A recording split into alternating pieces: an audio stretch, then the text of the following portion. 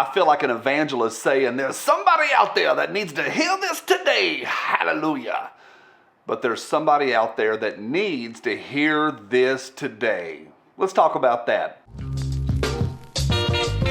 Hey guys, as always, a big good to each of y'all. Thanks for stopping by.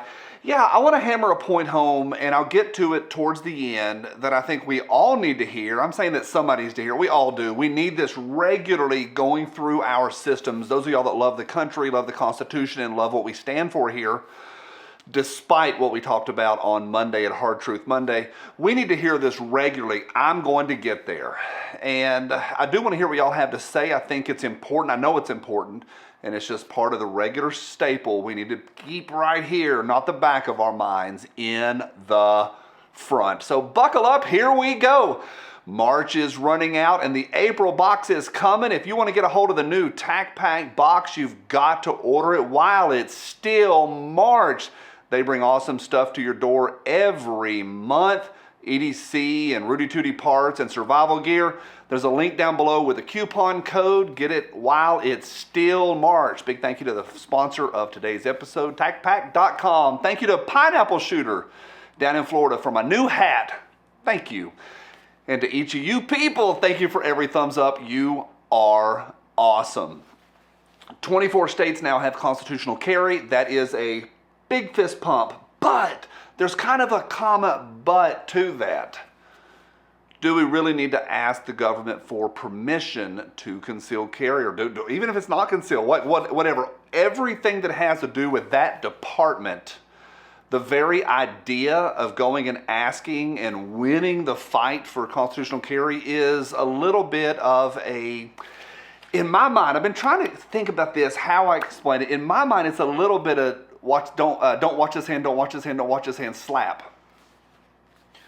We say that we know that it's our unalienable right. I love when y'all correct me and say it's inalienable. The words are interchangeable. It's the way it is. Unalienable is an ancient word from the 1800s. An unalienable right, or inalienable. Yet we still go and fight battles to get permission to either have the card or not have the card or ask permission. And it's a challenge. A new article came out just yesterday. It's an opinion piece from Reason magazine. And I like some of the points that were made in that. I'll put a link to it down below. One thing they did use is they said that it concealed carry lets citizens. I'm not a big fan of that word, it allows. And then they asked this, do we need the government's permission? One big point that we need to talk about is shall issue versus will issue. And a lot of folks don't understand that. Think of the words.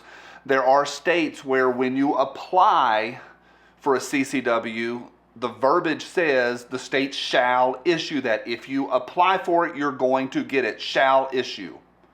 Other states like New York are may issue. Yeah, we might issue it. We might not. I think, don't hold me to it, I think there's like 6 in NYC that actually have their permit.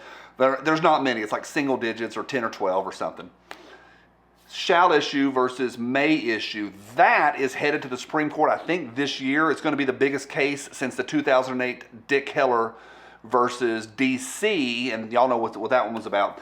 So it's headed, it's going to be the biggest case that the Supreme Court has ruled, and it's looking like probably they're going to go, yeah, that whole stuff is a bunch of nonsense. And here's why we move from a right to a privilege.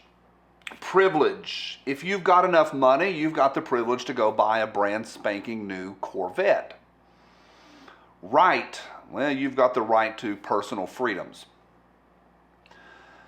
The challenge of the CCW is it requires time. You have to go to a specific place and apply for it.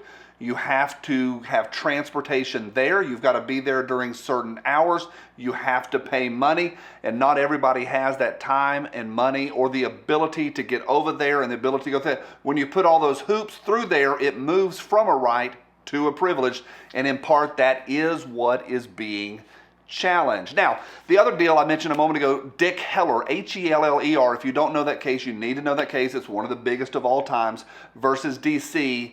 That one, the Supreme Court ruled that we do have the right to own and protect ourselves in our home. The new case that's coming up, yeah, it looks like they're going to have to rule on, yeah, can we have it outside of our home? I think it's going to go through. I think we're in good shape here.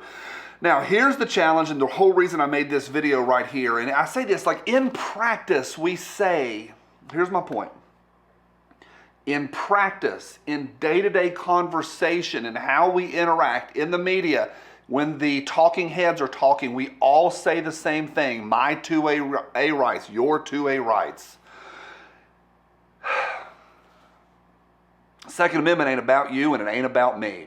Our rights do not come from the Second Amendment. In fact, the Second Amendment is about Congress and not about you. Congress shall not. It's about withholding the government from trying to take away what is unalienable or inalienable that we have the moment we are born. And therein lies the challenge. Even our side, we mess up regularly with the verbiage. We all the time are saying, well, it's my 2A right. Well, it's my right in the Constitution. No, not at all. Our right is the moment we're born. That document and that piece of paper in D.C. stops the government from infringing. Yes, I know.